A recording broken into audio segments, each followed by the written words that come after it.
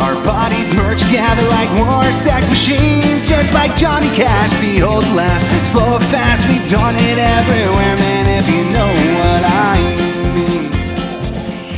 mean. Welcome to the show today, and yes, today is a show. But first, I will. Well, let me back that up. YouTube. Come on. What I wanted to do first was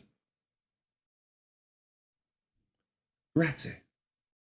That's a little fedora tap for all y'all lovely people out there. Thank you, grazie. And today is I'm doing a whole. There's going to be 3 segments, and the first segment is on something I find very interesting. And since my YouTube subscriber base is 43.2% people from India, you understand what I'm saying? I thought American language would be a great segment. And I heart you, India. I love India, people. You're more than welcome to crash at my apartment, homeboy. You can bring your all 25 of your family members to my apartment, and we can stink up the entire apartment complex with curry, because I love India, people. I heart India. You know what I'm saying? I do love India. For real. I really do. Ever since Alan Watts brought back Eastern philosophies in the 60s. Little known fact, Alan Watts died a horrible alcoholic death. And you can take that one to the bank, people. Come on now. So second segment is going to be on trans.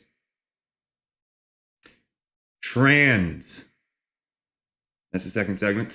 And then the third one's going to end on a little spirituality and religion. Come on, people. Little nice closer for all the people out there. All the lovely people out there. And if you're thinking, what was the midlife crisis about? The midlife podcasting crisis? Yeah, I was truly like, is podcasting gay? Yes, it is. And I'm not an Andrew Schultz who lavish. I'm a material girl in a material world. I gotta buy everything I see. That's him, dude. I'm not that. No way, dude. I'm a material girl? Come on, dude. Man up. Oh, I didn't have a baby. Oh, why are you crying, dude? What? You're not rich enough? You need more. You need more. Okay. Will you be happy then? The answer's probably no. I'm not. Look, Joe Rogan probably has calluses on his hands, but look, I had a great dad. I had a great dad, hardworking, funny, tough, hardworking. But I had a great dad. I don't have the abandonment issues, people. I don't have the attention-seeking issues. I always got chicks. I don't. Why I do this is for the love of the game, people. I love comedy. That's what I did. I sold my house, bought an RV, blah, blah, blah. And, I love comedy. I do it for the love of it, right? And before I get into my segments, if you're like, come on, dude, you're trashing comedians that are obviously more successful than you. It's not that, man. It's truly, I could care less how successful they are, or I don't compare myself to literally anyone but myself, right? And I'm a lot better at comedy. That's the whole podcast. It would be like throwing red paint at the Mona Lisa at this point if I just stopped podcasting. For real. It's like letting women work.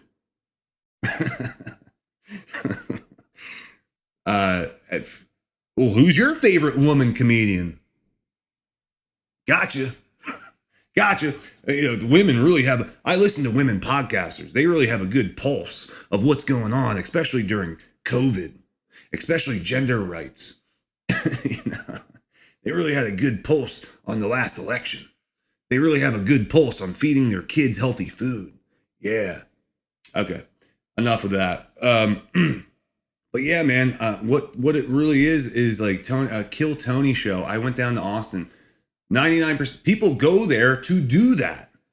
I went down there to do comedy so I can get 3 or 4 sets in. And what that show is, I know you will not understand unless you are in comedy. But even a lot of comedians don't agree with me. But what I saw was this veneer, no pun intended, a veneer.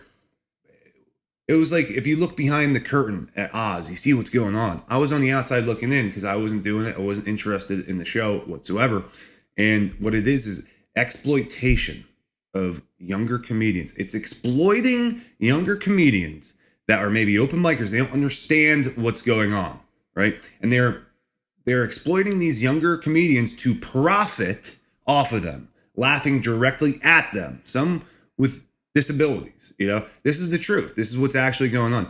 And that's exploitation. Whatever happened to honesty, integrity, values, they're throwing, it's the devil. Kill Tony is the devil. And I know people don't understand where I'm coming from. Even if you do, you are the 1% who makes it on that show. You were given a death sentence. Truly, you're now put up on a pedestal, right? And it's like winning the lottery. You're not going to do well, especially if you're, for me, I wouldn't care personally. It wouldn't really affect the day to day. It may make things increasingly harder, especially if you are put on a pedestal and, you have that pressure. But people don't understand that side of it. No matter how you go on that show, you're losing. You're truly losing. And they people don't understand it. They don't look at it as it's exploitation. That's what it is. And money doesn't make you exploit people. I'm kinder, more generous, loving when I have money. The last thing I would do is exploit early comedians because I want to kind of see myself in people that like want to do comedy and then they just never gave themselves a shot, right? And you go on that show and you just ruin everything. So that's my personal belief on that. It's truly exploiting younger comics. That's it. So moving on, dude, to the American language segment, because I do heart India, dude. India rocks, dude. So check this out, Indians. People from India? Check it out, dude. And you can come here, we'll make some curry. What's up, dude? So pronounce this one. Floor. Very good. That's not bad. How about this one? I might stump you, but actually you guys always kick my butt, YouTube, in spelling bees, so. Door. Whoa. That's pretty good. All right, check this one out, dude. This is the stumper. Maybe. Tour. That's correct. All right, and last one. Your mother is a... that's hour?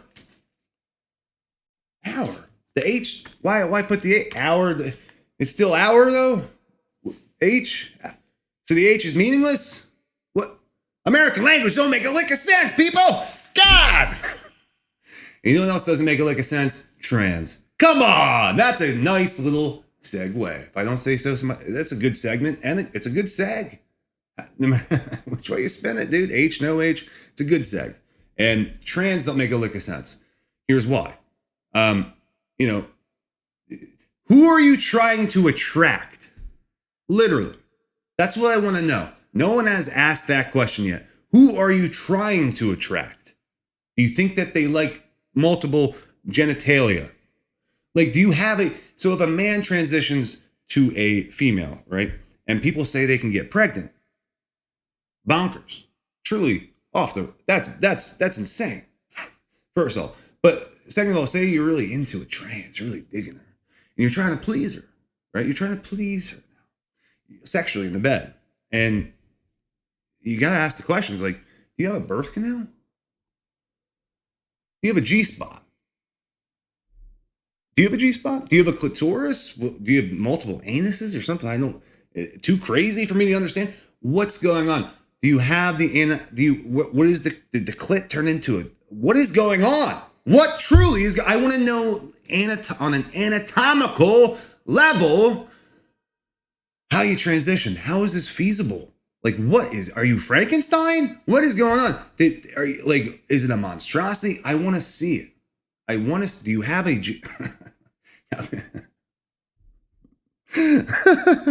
wow. Yeah, this is all off the riff, but like, that does sound like I'm like coercing a trans and I don't really buy all this stuff. Can I see those brand new fake breast implants you have, miss? Like, I don't believe any of this. That's what it sounded like. All right. Anyways, I don't understand trans on the anatomical level. I have a whole bit on this, but I just wanted to throw that in there as a segment because I find it very interesting that no one has asked that simple question. Who are you trying to attract? And then also on the anatomical level, let's break that down. Let's get charts and graphs and let's see what's up, right? So anyways, we're going to go into this last segment because that first segment, I didn't even want to talk about the Kill Tony exploitation crap, but it just came out.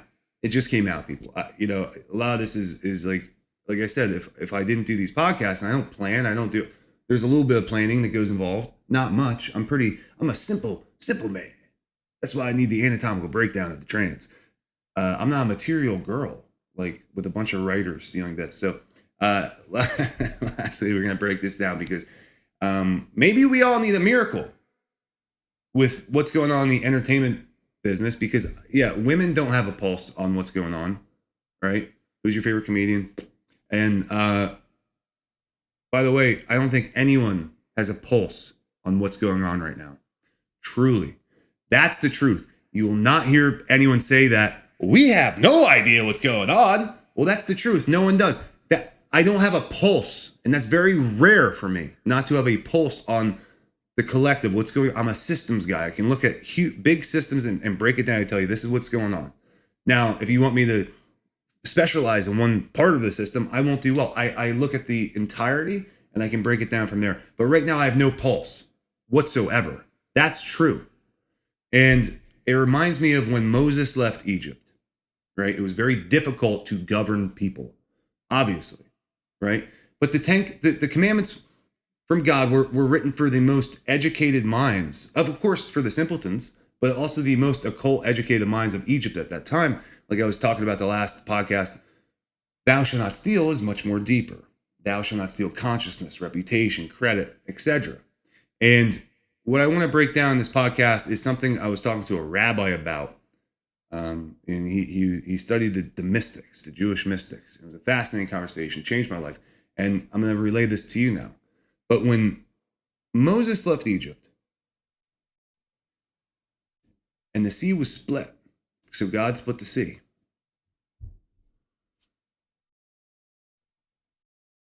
That phenomenon of water splitting happened in every body of water across the planet. If you were holding a cup of coffee, it would split.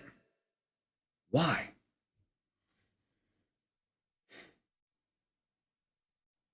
It's because God will always give you an out. Always. Because miracles occur from the inside. And if you believe in miracles, that means you have to change. No one likes changing. No one likes that.